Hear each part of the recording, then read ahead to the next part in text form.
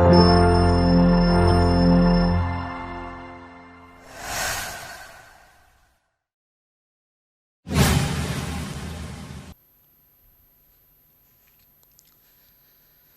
बच्चों, my self Raghuraj Singh. आप लोगों का स्वागत है मेरे यूट्यूब चैनल पर vibrant physics by Raghuraj sir. बच्चों, थोड़ी सी तबीयत ढीली है, इसलिए एनर्जी लेवल आजकल के लेक्चर में हल्का सा कम मिलेगा। फिर भी पूरी ताकत लगा के दवा ववा खा कर पढ़ाने आया हूँ। कल भी लेक्चर रिकॉर्ड किया था थोड़ा सा, लेकिन कंप्लीट नहीं कर पाया था, फीवर आ गया था। पर कोई नहीं, चलिए आज हम इसको स्टार्ट करते हैं। ठीक है, तो हेडिंग लगा लीजिए, Newton's laws of motion lecture 2। यार, पिछले लेक्चर में हमने आपको मेनली जो कॉन्सेप्ट डिस्कस किया था वो इनर्शिया का कॉन्सेप्ट डिस्कस किया था। क्या होती है inertia?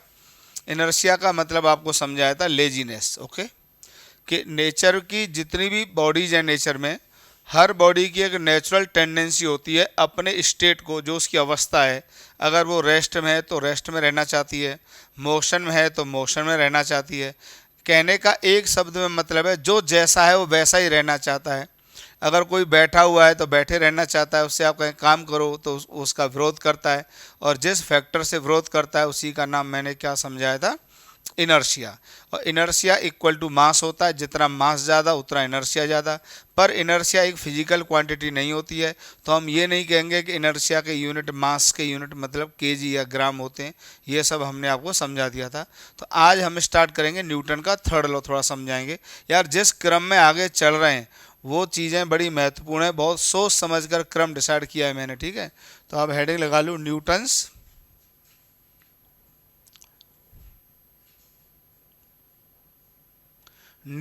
Third law of motion. ठीक है, तो देखिए मैं स्टेटमेंट पढ़ता हूँ फिर आपको समझाता हूँ।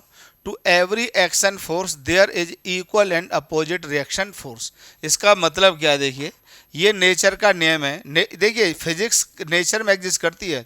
टू एवरी एक्शन, देखिए इसको मैं यहीं से समझा सकता हूँ। जैसे ये मेरा एक हाथ यहाँ पर रेस्ट में और इसको मैं ला रहा हूँ, ये मारा मैंने, तो आप बताइए चोट एक हाथ को लगती है कि दोनों हाथों को लगती है? ऑब्वियसली दोनों को लगती है। तो ध्यान रखना, यही है बस एक्शन रिएक्शन पेयर, कि मैंने चोट इस हाथ पर मारी। चोट का मतलब फोर्स ही होता है भाई। चोट का मतलब ऐसे जर्क होता है वैसे, पर जर्क भी एक फोर्स है। तो मैंने फोर्स इस हाथ पर लगाया, पर क्या इस हाथ ने भी तो इस पर फोर्स लगाया? तो यही एक्शन रिएक्शन पेयर है। हाँ, एक्शन उसे कहते हैं जो पहले होता है और रिएक्शन बाद में होता है। मतलब अगर ये हाथ खड़ा था बेचारा, ये देखो, जैसे उदाहरण के लिए आप गाड़ी लेके जा रहे हैं और पेड़ में जाके ठोक दी, तो गाड़ी ने पेड़ में ठोकी, एक्शन हो गया। पर क्या पेड़ भी तो गाड़ी को ठोक देता है? टूट तो गाड़ी भी जाती है, क्या पेड़ ही टूटता है केवल? तो जो गाड़ी ने पेड़ तोड़ा वो एक्शन, और जो पेड़ ने गाड़ी तोड़ी वो रिएक्शन। बात क्लियर हो गई? बड़ा आसान होता है। तो हर एक्शन फोर्स के लिए, हर एक्शन के लिए एक रिएक्शन है। जैसे आप किसी को, मैं थोड़ा सा वैसा एग्जांपल दे रहा हूँ, आपने किसी को गाली दी तो तुरंत वो गाली देता है, तो आपने जो गाली दी वो एक्शन, जो उसने दी वो रिएक्शन। तो हर एक्शन के लिए रिएक्शन है। आपने किसी को थप्पड़ मारा, आप मारते हो तुरंत वो भी आपके दूसरे गाल पर जड़ देता है। तो जो आपने थप्पड़ मारा वो एक्शन, उसने जो मारा रिएक्शन। तो यही न्यूटन का थर्ड नियम है।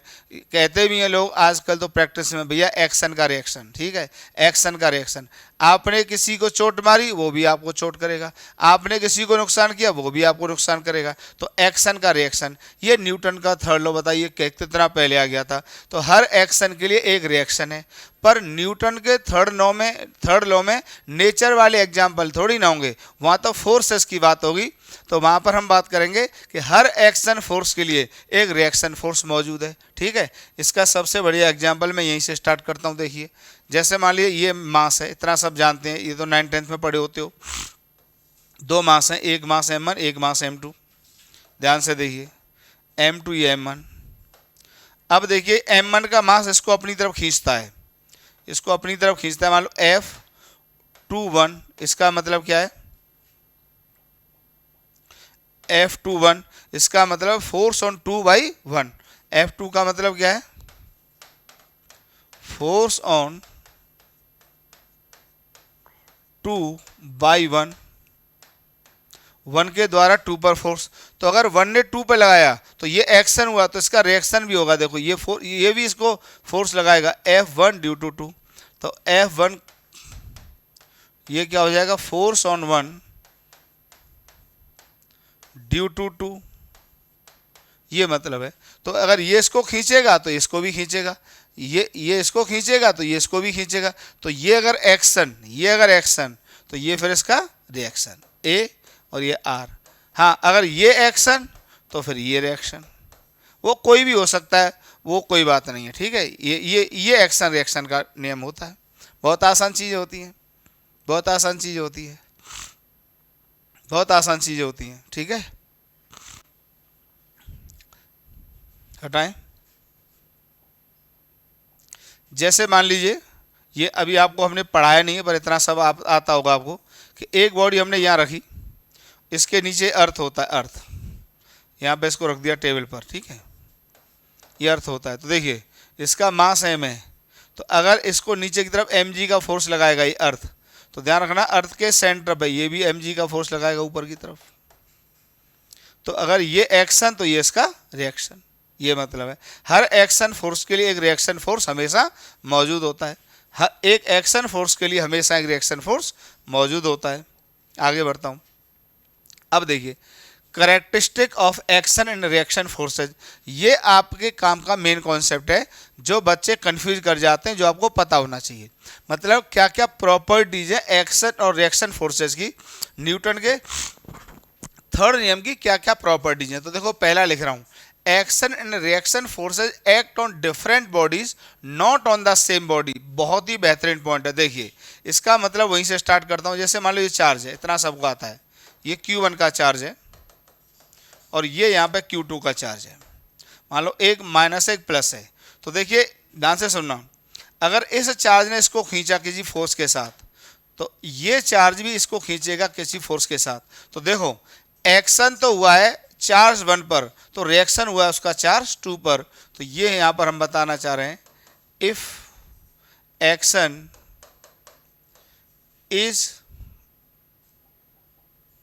Is on Q1 then reaction is on Q2। ये यहाँ पर बताया गया पहले पॉइंट में कि action and reaction forces act on different bodies. मतलब एक्शन एक बॉडी पर होता है तो रिएक्शन दूसरी बॉडी पर होता है। इसको यहाँ से समझो, अगर गाड़ी आपकी वॉल में टकराई तो ध्यान रखना एक्शन वॉल पे हुआ तो रिएक्शन गाड़ी पर हुआ, मतलब एक्शन बॉल पर और रिएक्शन गाड़ी पर। तो अलग अलग बॉडीज पर एक्शन रिएक्शन होता है, ये ध्यान रखना। अलग अलग जगह पर दोनों फोर्स लगते हैं, अलग अलग बॉडी पर फोर्स लगते हैं। जैसे यहाँ पर समझा दिया कि अगर इस चार्ज ने इसको F के फोर्स के साथ खींचा तो इसने इसको खींचा, तो अगर ये एक्शन है तो ये इसका रिएक्शन है। सेम बॉडी पर कभी भी नहीं लगते हैं, सेम बॉडी पर कभी भी नहीं लगते हैं, ठीक है। और देखिए एक आध एग्जाम्पल आपको समझाता हूँ। जैसे मान लीजिए ये सरफेस है और ये सरफेस है, तो अगर आपने इसको इन दोनों के बीच में मान लो यहाँ पे नॉर्मल रिएक्शन आया एन एन, और दोनों को मैं सेपरेट करके बनाऊँ, देखिए ये सेपरेट करके, तो ये जो एन होगा ये ध्यान रखना, इसको मैं 1 कह रहा हूँ या ए कह रहा हूँ, इसको मैं बी कह रहा हूँ, ठीक है। तो ये जो एन है ये है बाई बी ऑन ए, मतलब बी के द्वारा ए पर, और ये कौन सा है, बाई ए ऑन बी, ठीक। तो देखिए ये यहाँ पर फोर्स ऐसे लगेगा, ये एन इस पे आएगा और ये एन इस पे आएगा। अगर सेपरेट करके दिखाएंगे तो यहाँ पे नहीं समझ में आता है बच्चों को, ये तो एक ही लाइन के लोग दोनों लग जाते हैं। लेकिन अगर अलग अलग हम नॉर्मल रिएक्शन दिखाएंगे तो ये वाला नॉर्मल रिएक्शन इस बॉडी पे लगाए और ये वाला इस पे लगाए, तो ये अगर एक्शन है, ये अगर एक्शन है, ये अगर एक्शन है, तो ये इसका क्या है, रिएक्शन।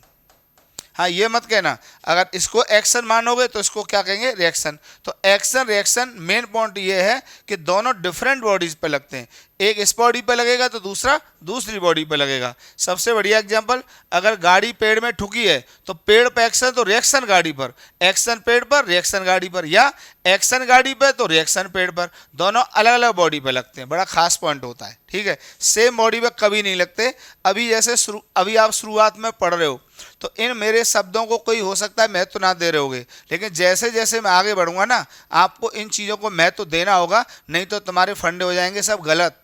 अभी सुनते चलो, लेकिन भले ही सुनते चलो, ठीक है। और देखिए 5 पॉइंट लिखता हूँ मैं इसमें हमेशा टोटल। दूसरा पॉइंट लिखा है action force and reaction force always act along the same line. देखिए इसका क्या मतलब है, ध्यान से सुनिए। एक्शन रिएक्शन फोर्स हमेशा सेम लाइन के अलोंग लगते हैं। इसका मतलब ये है, जैसे ये है, ये बॉडी और एक ये बॉडी है, ध्यान से सुनना।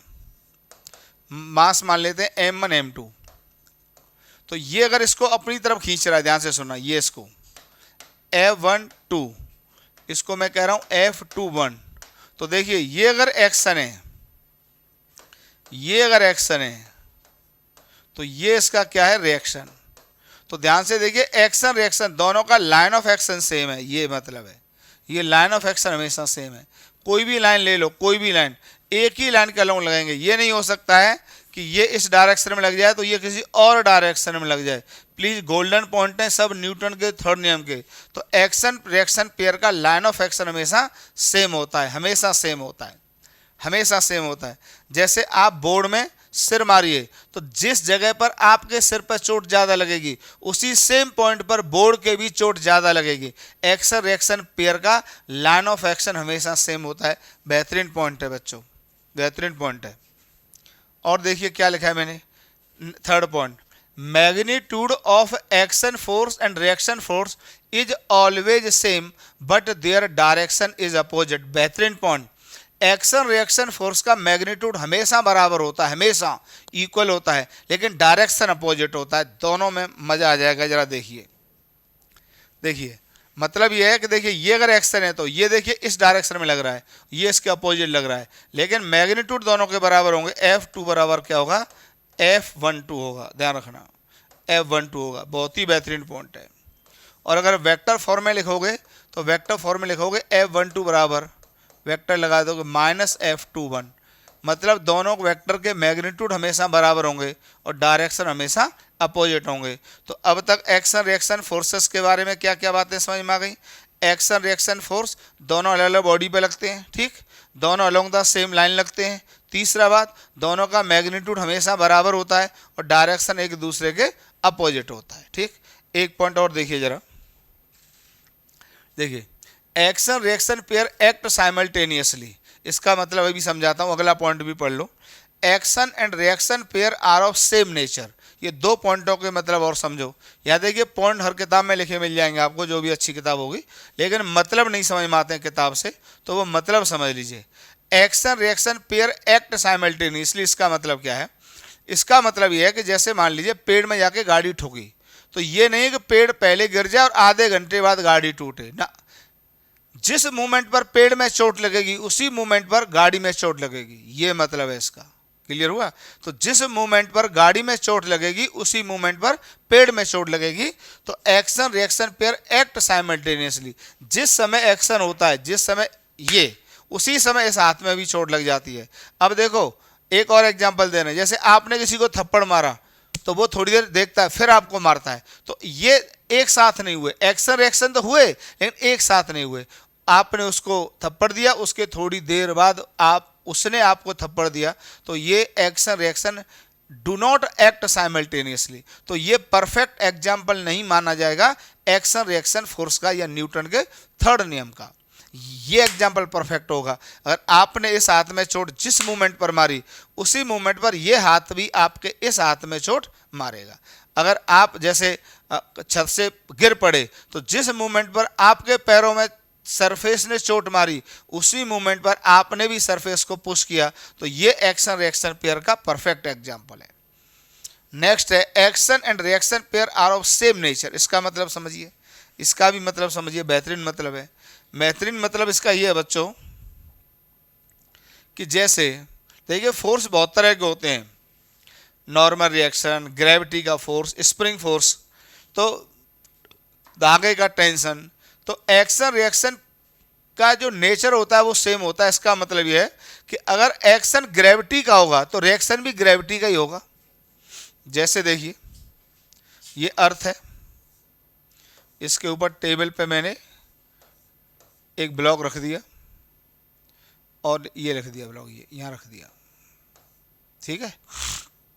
तो इसका मास है, मैं तो इस पे जो ग्रेविटी का फोर्स लगा, यहाँ ध्यान से सुनना, mg ये लगा, तो ये बताइए इसका नेचर क्या है। ये force of gravity, this is force of gravity.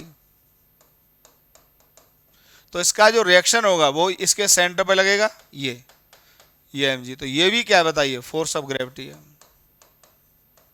This is also force of gravity. तो ये मैंने बताया। हाँ, कुछ लोग ये समझेंगे कि समझते वो गलत है, खैर उससे कोई लेना देना नहीं, आपको मैंने समझा दिया कि एक्शन अगर ग्रेविटी है तो रिएक्शन भी ग्रेविटी होगा। अगर यहाँ पे मान लीजिए एक चार्ज ये है, और इसको भी मैंने प्लस क्यू ले लिया, इसको भी प्लस क्यू ले लिया, तो ध्यान से सुनना, इसका मास मान लीजिए m है, इसका भी मास m है, इसको मैंने a कह दिया, इसको मैंने b कह दिया, यहाँ से और अच्छा समझ में आएगा। तो देखिए पहले फोर्स ऑफ ग्रेविटी अट्रैक्शन होता है, तो ये इसको अट्रैक्ट करेगा f ग्रेविटी, g लिख दिया है, ये भी f ग्रेविटी। अब तक ये तो समझा ही दिया है कि दोनों के मैग्नीट्यूड सेम होते हैं, तो मैंने एफ जी लिखा है, डायरेक्शन अपोजिट होते हैं, तो ये अगर एक्शन है तो इसका रिएक्शन ये है। अब इनमें देखो इलेक्ट्रिक फोर्स ऑफ रिपल्सन भी लगेगा, तो मैंने इसको एफ इलेक्ट्रिक कहा, तो इस पर भी एफ इलेक्ट्रिक लगेगा। देखिए अगर इस पर इधर लगेगा तो उस पर इधर लगेगा, तो ध्यान रखना ये एक्शन रिएक्शन पेयर कहलाएंगे, ये एक्शन रिएक्शन पेयर हैं, ये एक्शन रिएक्शन पेयर हैं प्यारे बच्चों, these are action reaction pairs. और यहाँ पर ये और ये एक्शन रिएक्शन पेयर हैं, ये एक्शन रिएक्शन पेयर हैं। बात समझ में आ गई? मतलब एक्शन रिएक्शन पेयर का जो नेचर होता है वो हमेशा सेम होता है। अगर एक्शन ग्रेविटी होगा तो रिएक्शन भी ग्रेविटी होगा, एक्शन इलेक्ट्रिक होगा तो रिएक्शन भी इलेक्ट्रिक होगा। ये नहीं हो सकता है कि ग्रेविटी का रिएक्शन इलेक्ट्रिक हो जाए, या इलेक्ट्रिक का रिएक्शन ग्रेविटी हो जाए, या इलेक्ट्रिक का रिपल्सन नॉर्मल रिएक्शन हो जाए, या नॉर्मल रिएक्शन का रिएक्शन टेंशन हो जाए, या नॉर्मल रिएक्शन का रिएक्शन स्प्रिंग फोर्स हो जाए। ऐसा नहीं होता है। अगर मैग्नेटिक फोर्स एक्शन है तो उसका रिएक्शन भी मैग्नेटिक फोर्स ही होगा। ये मतलब है इन पांचों पॉइंट्स का। तो एक बार दिमाग में और सेट कर लीजिए, क्या क्या मैंने पांचों पॉइंट लिखाए। पहला पॉइंट आपको क्या लिखाया था? पहला पॉइंट लिखाया था मैंने action reaction, to every action there is equal and opposite reaction, ठीक। और पहला, ठीक है, पहला पॉइंट था कि एक्शन रिएक्शन फोर्सेज हमेशा डिफरेंट बॉडीज पे लगते हैं, अलग अलग बॉडीज पे लगते हैं, ठीक। दूसरा पॉइंट था action force and reaction force always act along the same line, दो अलग अलग सेम लाइन के अलोंग लगते हैं हमेशा। तीसरा पॉइंट था magnitude of action reaction force हमेशा सेम होता है, लेकिन डायरेक्शन एक दूसरे के अपोजिट होता है। नेक्स्ट पॉइंट बताया action reaction pair act simultaneously, मतलब जिस मूवमेंट पर एक्शन होगा उसी मूवमेंट पर रिएक्शन हो जाता है, ठीक है।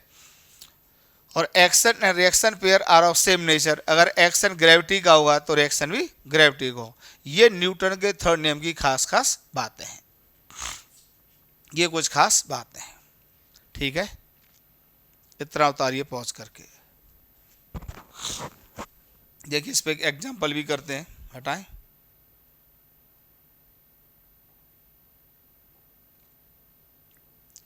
देखिए एक एग्जाम्पल है आपके लिए, कंसेप्चुअल एग्जाम्पल।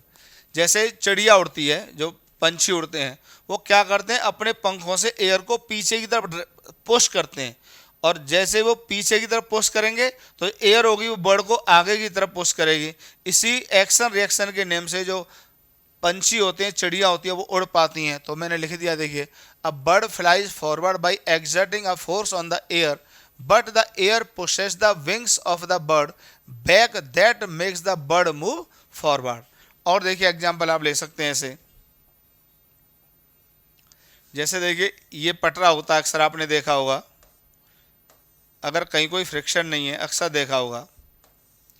तो अगर ये खड़ा हुआ है इसके ऊपर तो कोई दिक्कत नहीं है, ठीक है, ये M1 ये M2 कोई दिक्कत नहीं है। लेकिन आपको पता है जैसे ही आगे की तरफ भागने लगता है, तो आप खुद बताइए पटरा किधर भागता है, आपको खुद पता होगा, ये पीछे की तरफ भागने लगता है। अगर ये आगे की तरफ भागता है v की स्पीड से, तो ये पीछे की तरफ भागने लगता है v2 से। तो अगर देखिए यहाँ पे क्या हुआ होगा, अभी फ्रिक्शन नहीं पड़ा है, असल में इसमें फ्रिक्शन फोर्स ऐसे लगा होगा आगे, तो इसमें फ्रिक्शन फोर्स पीछे लगा होगा, तो ये एक्शन होगा तो ये रिएक्शन होगा। तो एक्शन इधर हुआ तो रिएक्शन इस पर पीछे की तरफ हो जाता है, क्लियर। तो ये एक्शन रिएक्शन फोर्सेस के कुछ एग्जांपल्स हैं। और देखिए एक example, which of the following is incorrect. Incorrect मतलब इनमें से गलत कौन सा है। For action and reaction forces. देखिए these act on two different bodies, बिल्कुल सही है, गलत कहाँ है? एक्शन रिएक्शन फोर्सेस अलग अलग बॉडीज पे लगते हैं, सबको पता है। These are equal in magnitude but opposite in direction, ये भी सही है। These act on single body, ये गलत है। एक्शन रिएक्शन फोर्स हमेशा डिफरेंट बॉडीज पे लगते हैं। अगर एक बॉडी पे लगेगा तो दूसरा दूसरी बॉडी पे लगेगा। अगर कार पेड़ में टकराई है तो एक्शन पेड़ पे होगा तो रिएक्शन कार पर होगा। ऐसा नहीं है कि एक्शन रिएक्शन दोनों ही कार के ऊपर हो जाए, ऐसा पॉसिबल नहीं होता है, ऐसा पॉसिबल नहीं होता है, ठीक है। Action and reaction never balance each other, ये भी सही है, हमेशा बैलेंस करते हैं। कि देखिए हमेशा बैलेंस करते हैं, क्यों बैलेंस करते हैं इसको समझ लो। जैसे भाई ये एक बॉडी थी M1, ये दूसरी बॉडी थी M2, तो जितना फोर्स इस पे लगेगा उतना ही इस पे लगेगा। तो अगर मैं दोनों बॉडीज को एक बाउंड्री में बंद कर लूँ तो बताइए हमेशा एक दूसरे को कैंसिल करेंगे कि नहीं करेंगे? बिल्कुल कैंसिल करेंगे। तो एक्शन रिएक्शन फोर्स हमेशा बैलेंस करते हैं, क्योंकि दोनों के मैग्नीट्यूड हमेशा बराबर होते हैं और डायरेक्शन एक दूसरे के अपोजिट होते हैं, ठीक है। हमेशा डायरेक्शन एक दूसरे के अपोजिट होते हैं। अब हम आपको समझाते हैं इसके आगे डिफरेंट रियल फोर्सेस। अब देखिए पूरे मैकेनिक्स के लिए मैं बात कर रहा हूँ बेटा, आपको दो तरह के फोर्स मिलेंगे, एक मिलेंगे रियल और एक मिलेंगे सूडो। सूडो का मतलब झूठा और रियल का मतलब जिनका इस नेचर में एग्जिस्टेंस है। तो जो नेचर में एग्जिस्ट करते हैं उन्हीं को हम रियल फोर्सेस कहते हैं। कितना बढ़िया शब्द बोल दिया मैंने, जो नेचर में एग्जिस्ट करते हैं वो रियल फोर्सेज हैं। सूडो फोर्स अभी आपको डिटेल पढ़ाऊंगा, वो असल में क्या होता है कि फ्रेम ऑफ रेफरेंस चेंज कर लेने से जब आप किसी नॉन इनर्शियल फ्रेम में बैठ जाते हैं, और नॉन इनर्शियल फ्रेम की मैंने बिल्कुल भी आपसे चर्चा नहीं की है। मैंने इसलिए चर्चा नहीं की है कि जिस समय मैं आपको सूडो फोर्स समझाऊंगा उसी समय डिटेल में आपको नॉन इनर्शियल फ्रेम और इनर्शियल फ्रेम क्या होते हैं ये समझाऊंगा। तो पूरी एक क्लास लग जाएगी, तो मैंने कहा दो बार पढ़ाने का कोई फ़ायदा नहीं। तो फिलहाल मैं केवल रियल फोर्सेस की बात कर रहा हूँ। तो रियल फोर्सेस सब के सब नेचर में एग्जिस्ट करते हैं, उनके मैग्नीट्यूड और डायरेक्शन दुनिया के किसी भी फ्रेम से देखिए, चाहे आप किसी चलती हुई मोटरसाइकिल से देखो, चाहे किसी एलिवेटर से देखो, चाहे कहीं लिफ्ट से देखिए, चाहे हेलीकॉप्टर से देखिए, चाहे आप ग्राउंड पर बैठकर देखिए, रियल फोर्सेस का मैग्नीट्यूड और डायरेक्शन दुनिया के हर फ्रेम से सेम होता है। तो धीमे धीमे फिजिक्स देखिए आगे बढ़ रही है, आपको मज़ा आता चला जाएगा।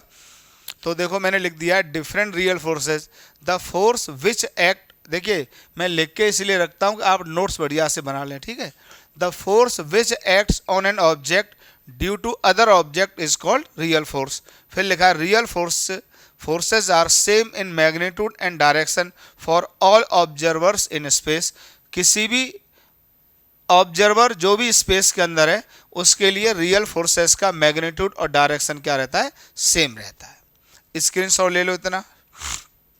अब ये जो पहली बात लिखी है भाई, कोई भी ऑब्जेक्ट दूसरे ऑब्जेक्ट पे फोर्स लगाएगा तो वो रियल ही होगा, नेचर में एग्जिस्ट कर रहा होगा। पर सूडो फोर्स कम वक्त ऐसे होते हैं जो फ्रेम के बदल लेने से पिक्चर में आ जाते हैं, और उनकी वजह से न्यूटन के नियम भी कई बार फेल कर जाते हैं, कई बार क्या हमेशा फेल कर जाते हैं। ये सब बातें आपको समझाएंगे, देखना भी, ठीक है।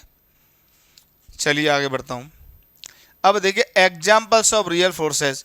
यार पूरी मैकेनिक्स में इतने रियल फोर्सेस से आपका पाला पड़ने वाला है, इतने रियल फोर्सेज आप पढ़ोगे तो इनको नाम तो दिमाग में आज ही ले लो। फोर्स ऑफ ग्रेविटी से मुलाकात होगी जिसको तुरंत पढ़ाने जा रहा हूँ। इलेक्ट्रोमैग्नेटिक फोर्सेज आएंगे, यहाँ पे दो आ जाते हैं, इलेक्ट्रोस्टैटिक आ जाएगा और एक आ जाएगा मैग्नेटिक फोर्स। ये दो फोर्सों से मुलाकात और होगी आपकी, पर नाम मैंने यही ले दिया। ये सब नेचर में एग्जिस्ट करते हैं और सब के सब कैसे हैं? रियल फोर्सेज हैं। नॉर्मल रिएक्शन समझाएंगे डिटेल आपको। टेंशन, धागे का टेंशन फोर्स, ये भी आपको समझाएंगे बहुत कायदे से। स्प्रिंग फोर्स होता है, ये भी रियल फोर्स होता है, ये भी आपको पढ़ाएंगे। और फ्रिक्शन फोर्स तो सब जानते ही हैं, नहीं जानते हैं तो पढ़ाएंगे तो है ही। तो ये सब नामकरण आप दिमाग में ले लो। इन्हीं फोर्सेस के ऊपर ही सारे क्वेश्चंस बाय द वे घूमते रहेंगे। अब एक आध फोर्स और एडअप हो जाएगा, जैसे फोर्स ऑफ बॉयंसी, ये सब और थोड़े थोड़े ऐड हो जाएंगे, सरफेस टेंशन, ऐसे फोर्सेज भी आ जाएंगे, कोई दिक्कत नहीं। लेकिन ये मेन फोर्स हैं जो मैकेनिक्स में आपको आपके साथ एनकाउंटर इनका होने जा रहा है, ठीक है। तो फिलहाल मैं स्टार्ट करता हूँ फोर्स ऑफ ग्रेविटी। देखिए फोर्स ऑफ ग्रेविटी क्या है, ग्रेविटेशनल फोर्सेस, असल में दो मासेस के बीच में या जो मासेस के वजह से जो फोर्स दो बॉडीज के बीच में आता है, that is called force of gravitation. 8th 9th 9th 10th में भी पढ़े होते हो, पर कोई नहीं, बेसिक से पढ़ाते हैं। देखिए लिखा है मैंने, the force of interaction which exist between two particles of masses m1 and m2 due to their masses is called gravitational force. Gravitational force are non contact forces और फील्ड फोर्सेस, ये आपको पहले ही बता चुके हैं। ग्रेविटेशनल फोर्सेस कैसे होते हैं, नॉन कॉन्टैक्ट फोर्सेस होते हैं। मतलब जैसे इस बॉडी का मास m1 है, इसका मास m2 है, इन दोनों के बीच में फोर्स जो लग रहा है ये ड्यू टू मास लग रहा है। अगर दोनों बॉडीज के पास मास नहीं होता तो यार 100% ये फोर्स पिक्चर में नहीं आता। तो जो मासेस की वजह से फोर्स लगा है उसी का नाम क्या है, फोर्स ऑफ ग्रेविटी, इसी को कह रहे हैं। और ये न्यूटन साहब ने फॉर्मूला दिया था फोर्स ऑफ ग्रेविटी का, डायरेक्ट याद कर लो। इनके बीच में जो फोर्स होता है वो होता है Gm1m2/r², सबको आता ही है एकदम, ठीक। और कैपिटल G जिसको कहते हैं यूनिवर्सल कांस्टेंट, यूनिवर्सल कांस्टेंट होता है बच्चों, ये आज ही याद कर लो, इसमें कोई बुराई नहीं है। यूनिवर्सल कांस्टेंट होता है, इसकी वैल्यू होती है 6.67, एक्सपेरिमेंटली फाइंड आउट की थी, 6.67 into 10⁻⁻11 newton metre square upon kg का स्क्वायर। एकदम इंफॉर्मेटिव चीज़ है ये, ठीक है। इतना याद कर लीजिए, इतना याद कर लीजिए आप, ठीक है। आगे बढ़े। अब देखिए इनकी कुछ प्रॉपर्टीज होती हैं ग्रेविटेशनल फोर्सेस की। ग्रेविटेशनल फोर्सेस क्या होते हैं, इट इज वीक फोर्स, ये बहुत ही कमज़ोर होते हैं। कमज़ोर होने का लॉजिक देखिए क्या है, इसको ऐसे समझ लो। देखिए क्यों कमज़ोर होते हैं, जैसे एक बॉडी 10 kg की होती, ठीक है, और एक बॉडी यहाँ पर 5 kg की होती, और यहाँ से आप x का डिस्टेंस ले लो, मान लो 1 मीटर ले लो आसानी के लिए। तो ये इसको खींचेगा अपनी तरफ f, ये इसको खींचेगा अपनी तरफ f। तो देखो f की जो वैल्यू होगी वो होगी Gm1m2 अपॉन x का स्क्वायर। तो जो f की वैल्यू g कितना था बताइए, 6.67 इंटू 10⁻⁻11 इंटू m1m2 करोगे तो 10 इंटू 5, और दोनों के बीच का डिस्टेंस है 1, तो 1 का आ जाएगा स्क्वायर। तो ये जो f आ जाएगा, f आ जाएगा, देखिए यहाँ से देखिए 10 5 15, और 15 से जब मल्टीप्लाई करोगे, या इसको 10 ही ले लो, एक काम करो इसको 10 ले लो, थोड़ा मल्टीप्लिकेशन आसान हो जाएगा। इंटू 10 हो जाएगा तो आ जाएगा 100। तो देखिए ये आ जाएगा 6.67 इंटू 10⁻⁻9, इतने न्यूटन आ जाएगा। बताइए कितना कमज़ोर फोर्स है ये। तो इसलिए हमने कहा कि जो फोर्स ऑफ ग्रेविटी होते हैं वो बहुत ही वीक फोर्सेज होते हैं, बहुत ही वीक फोर्सेज होते हैं, इनका मैग्नीट्यूड बहुत ही कमज़ोर होता है। इसलिए आपको जब एक बॉल और दूसरी बॉल पास पास रखे भी होते हैं तो वो एक दूसरे को इसलिए नहीं खींच पाते हैं क्योंकि ये फोर्स इतना कमज़ोर है। ये एक्चुअली लगा दो तो अच्छा है, न लगाओ तो भी अच्छा है। ये पिक्चर में तभी आएगा जब बॉडीज़ के पास मास बहुत ज़्यादा होगा। जब मास बहुत ज़्यादा होगा, जैसे मास ले लो आप समझ जाओगे। देखो जब मास ज़्यादा होगा तब तो ठीक ठाक काम होने लगेगा। देखिए इसको ले लो आप, m1 को ले लो 10⁻6 kg, इसको ले लो 10⁸ kg, 8 kg ले लो। तो अब देखो पिक्चर में आ जाएगा 100%। g कितना होता है 6.67 इंटू 10⁻⁻11 इंटू m1 m2, तो इंटू आ जाएगा 10⁻6 इंटू 10⁸, और 1 का स्क्वायर 1 आ जाएगा। तो देखो अब f कितना आ जाएगा 6.67 इंटू 10⁻, 8 और 6 14 में से 3। अब देखो इसकी वैल्यू ठीक ठाक आ गई, इतने न्यूटन। अब वैल्यू अच्छी खासी आ गई। तो जब मास बहुत ज़्यादा होते हैं तो ये पिक्चर में आते हैं। जैसे अर्थ है, अर्थ का मास तो बहुत ज़्यादा है, तो अर्थ तो किसी भी बॉडी पर फोर्स लगा ही देगा। अर्थ तो किसी भी बॉडी पर फोर्स लगा देगा, इसलिए अर्थ का मास बहुत ज़्यादा है। तो अगर मैं इस मार्कर को मैं छोड़ देता हूँ तो देखो अर्थ की तरफ भाग रहा है, क्योंकि स्ट्रॉन्ग फोर्स अर्थ इसके ऊपर लगा रहा है। ठीक है, फिर लिखा है it is long range force as it act between any two particle situated at any distance in the universe. अच्छा, ये लॉन्ग रेंज फोर्स होता है। इस लॉन्ग रेंज का मतलब ये है जैसे अर्थ है सन है, इनके बीच की दूरी कितनी ज़्यादा है, फिर भी अर्थ और सन के बीच में फोर्स लगता है, मतलब बहुत लंबे लंबे डिस्टेंस के लिए भी ये एप्लीकेबल होता है, तो लॉन्ग रेंज फोर्स है।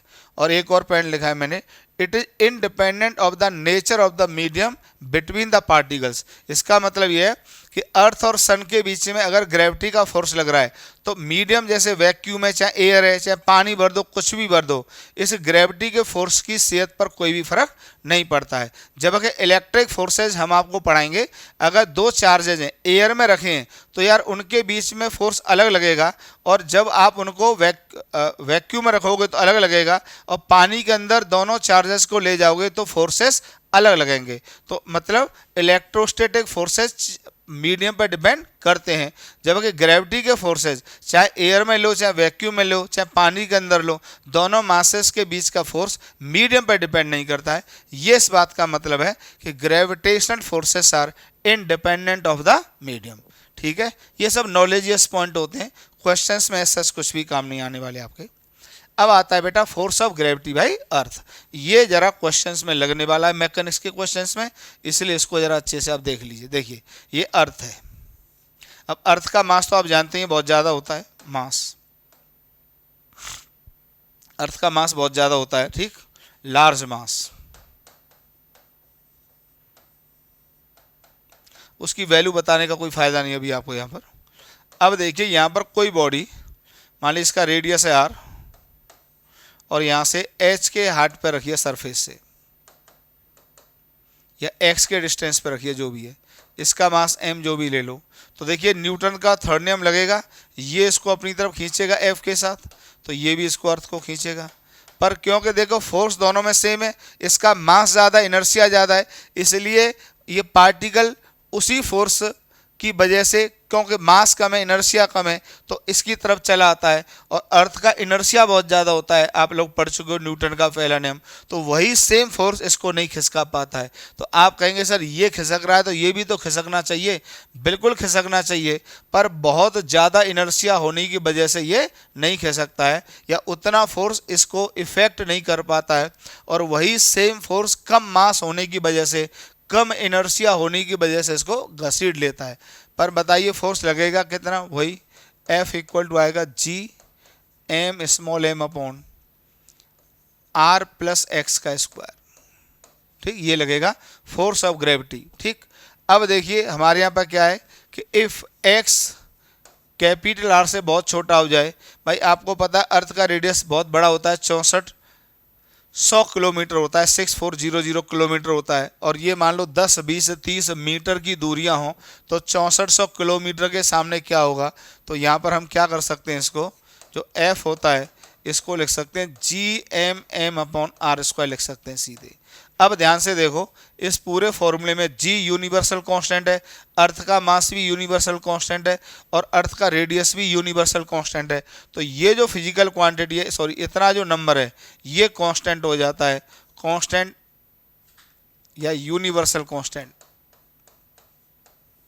ये फिर से एक यूनिवर्सल कांस्टेंट हो गया। और इस यूनिवर्सल कांस्टेंट को ही फिजिक्स वालों ने क्या डिफाइन कर रखा है जानते हो, जी इंटू एम, या इसको F equal to M into G कहते हैं। तो यहाँ पर एक नया टर्म और मैंने इंट्रोड्यूस कर दिया, स्मॉल जी। तो जरा स्मॉल जी को लिखता हूँ, स्मॉल जी को क्या डिफाइन किया मैंने, capital G capital M upon R square, इसकी वैल्यू स्टैंडर्ड आती है। ठीक, जी क्या है यहाँ पर, यूनिवर्सल ग्रेविटेशनल कांस्टेंट, जिसकी वैल्यू क्या आती है 6.67 into 10 to the power -11। M होता है mass of the earth, R होता है रेडियस ऑफ द अर्थ, और जब सब सॉल्व करते हैं तो जी आ जाता है 9.8 मीटर पर सेकंड स्क्वायर। पर क्वेश्चंस में इसको जनरली 10 मीटर पर सेकंड स्क्वायर ले लिया जाता है। इसको आप याद कर लो, एक तरह से इस फैक्टर की वैल्यू जो होती है वो जी होती है, और इसकी वैल्यू क्या होती है 9.8 मीटर पर सेकंड स्क्वायर और नियरली इक्वल टू 10 मीटर पर सेकंड स्क्वायर। ठीक, तो F equal to M G, ये किसी भी ऑब्जेक्ट के ऊपर अर्थ का फोर्स ऑफ अट्रैक्शन होता है, लेकिन ये तभी एप्लीकेबल होगा जब इसकी हाइट वगैरह क्या लेंगे, कम लेते हैं, सरफेस से 1-2 किलोमीटर तक तो ये वैलिड होता है। तो F equal to M G लिख लीजिए आप लोग। ठीक है, हटाएं, स्क्रीनशॉट ले लो पॉज करके, एकदम आसान है। अब देखिए, ये अर्थ है, ध्यान रखना, जो mg होता है फोर्स, कहीं भी बॉडी रखी है, कहीं भी बॉडी रखी है, अगर यहाँ ये सब दूरियां छोटी हैं, हमेशा अर्थ के सेंटर की तरफ लगता है, दिमाग में रख लेना, हमेशा अर्थ के सेंटर की तरफ, ये इस पर इधर लगेगा। अच्छा, ये इसका एक्शन, तो इसका रिएक्शन देखे ना, ये होता है mg, ये इसका एक्शन mg ने इसको खींचा, तो ये इसका रिएक्शन ऐसे होता है mg, ये इसका एक्शन mg हमेशा अर्थ के सेंटर की तरफ होता है। ठीक, मतलब जो mg होता है वो हमेशा अर्थ के सेंटर की तरफ लगता है, तो mg always act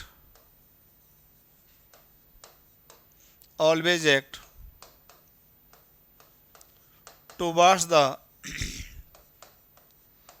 centre of the अर्थ, हमेशा अर्थ के सेंटर की तरफ लगता है mg का फोर्स, ध्यान रखना, हमेशा अर्थ के सेंटर की तरफ लगता है बच्चों। ठीक है, तो इसमें मेन पॉइंट ये होता है, मैं लिख देता हूं, main point,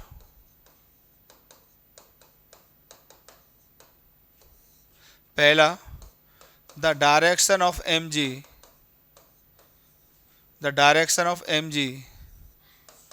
is always towards the centre of the अर्थ, ये हमेशा अर्थ के सेंटर की तरफ लगेगा। दूसरा पॉइंट ये है, इसका जो पॉइंट ऑफ एप्लीकेशन होता है, देखिए अभी हम उस पर नहीं जा रहे हैं, जैसे जब लंबे लंबे या बड़े साइज के ऑब्जेक्ट होते हैं तो जो mg लगता है वो सेंटर ऑफ ग्रेविटी पे लगता है, जो अभी मैं नहीं पढ़ाऊंगा, सेंटर ऑफ मास में पढ़ाऊंगा, तो मैं लिख देता हूं, फॉर एक्सटेंडेड ऑब्जेक्ट्स, ठीक, for extended object mg act at the centre of gravity, जो कि मैं सेंटर ऑफ मास में पढ़ाऊंगा, centre of gravity of the object, लेकिन बट फॉर जो स्मॉल साइज ऑब्जेक्ट होते हैं, जो हम नेचर में देखते हैं, जो हम मैकेनिक्स में कंसीडर करने जा रहे हैं, पुली, ब्लॉक, ये सब तो स्मॉल साइज ऑब्जेक्ट होते हैं, बट फॉर स्मॉल साइज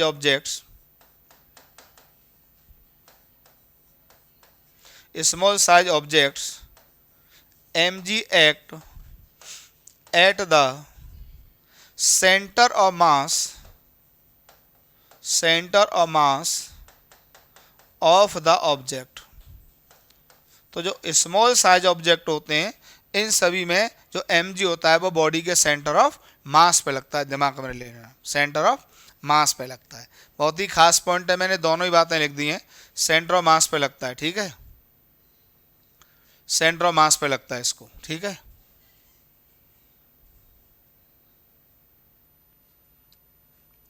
चलिए अब फोर्स ऑफ ग्रेविटी पर कुछ एग्जांपल्स देख लीजिए, काफ़ी काम आएंगे आपके। जैसे देखिए,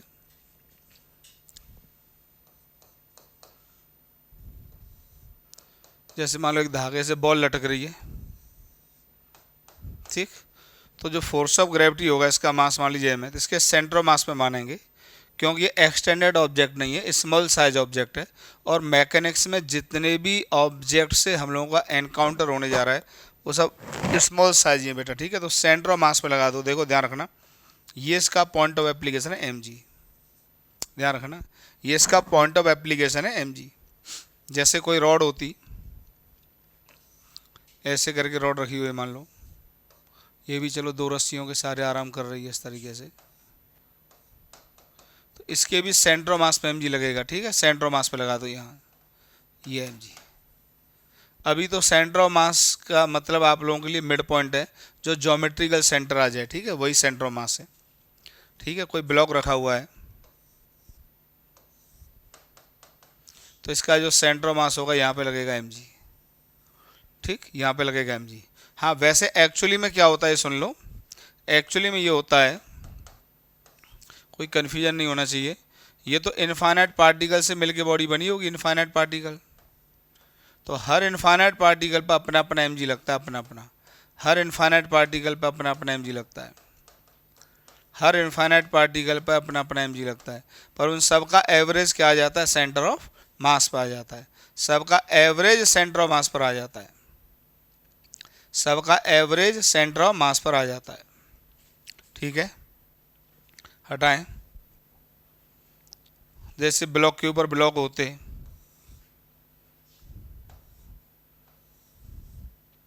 ये ब्लॉक होता, फिर इस पर ये होता, ये कैसे भी रुके होते वो इश्यू नहीं है तुम्हारा। अब मान लो इसका मास होता है m1, इसका मास होता है m2, इसका मास होता है m3। तो देखिए जो भी mg लगता है सबके ऊपर अर्थ का पुल जो लगता, जो अर्थ का पुल लगता है इस पे लगता है, इसके सेंटर मास पे कहाँ लगाते, यहाँ लगाते m3g। m2 का m इसके सेंटर मास पे m2g, इसके सेंटर मास पर ये इस तरीके से सभी के सेंटर मास पर mg लग जाता है। ये होता है ग्रेविटी का फोर्स ऑफ अट्रैक्शन। क्लियर? तो इस तरह से हम फोर्स ऑफ ग्रेविटी को लगाते हैं बॉडी के सेंटर ऑफ मास पर। फिर अगला फोर्स देख लेते हैं हम लोग,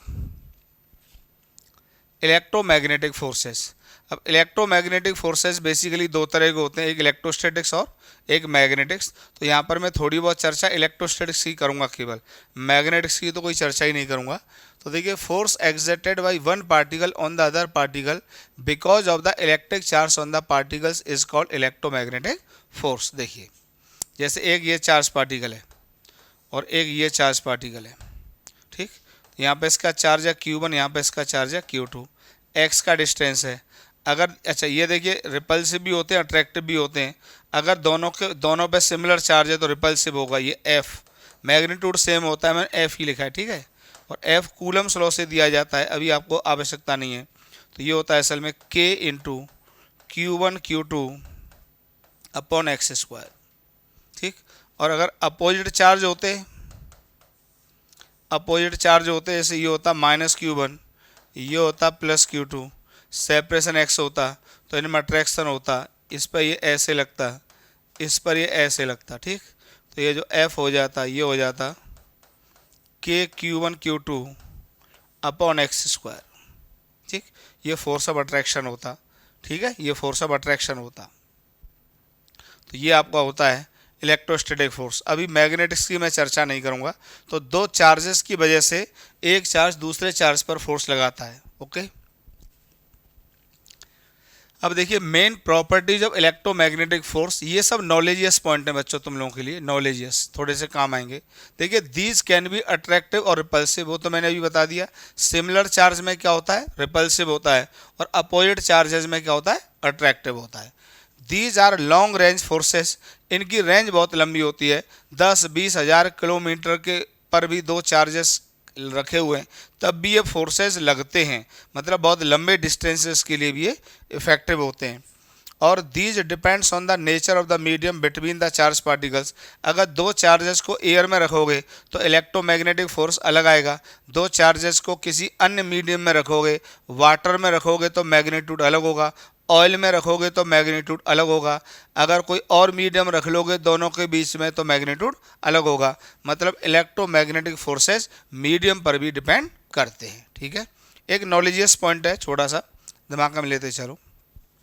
ये एक बेहतरीन नोट है, इसको हमेशा दिमाग में रखने की आवश्यकता होती है, कई क्वेश्चंस में आपके काम आ जाएगा। मैंने कई क्वेश्चंस SCV में इसके ऊपर देखे तो उसको मैंने नोट करके लिखा दिया। मैं क्या इसमें क्या लिखा है बता देता हूँ। ग्रेविटी के फोर्स को छोड़ दो, जितने भी फोर्स तुम अपने सराउंडिंग में देखते हो, ग्रेविटी को छोड़ के, चाहे स्प्रिंग फोर्स, धागे का टेंशन, चाहे थप्पड़ का फोर्स, चाहे मस्कुलर फोर्स, ये सब के सब इलेक्ट्रोमैग्नेटिक फोर्स के बच्चे हैं। मतलब all forces are manifestation of electromagnetic forces. Manifestation होता है बेसिकली छोटा सा बच्चा, मतलब उसका सूक्ष्म रूप। ठीक, देखिए लिखता हूँ, ऑल मैक्रो, मैक्रो तो जानते हो कि माइक्रो होता है कि मैक्रो होता है, मैक्रो बड़ा होता है। तो ऑल मैक्रो जो भी हम देखते हैं सराउंडिंग में, all macroscopic forces except gravitational forces लिखा हुआ है, देखो, which we experience as push और पुल, जो भी हम देखते हैं या फील करते हैं, और बाई कॉन्टैक्ट या कोई भी कॉन्टैक्ट फोर्सेज आर इलेक्ट्रोमैग्नेटिक। ये सब के सब क्या होते हैं, इलेक्ट्रोमैग्नेटिक।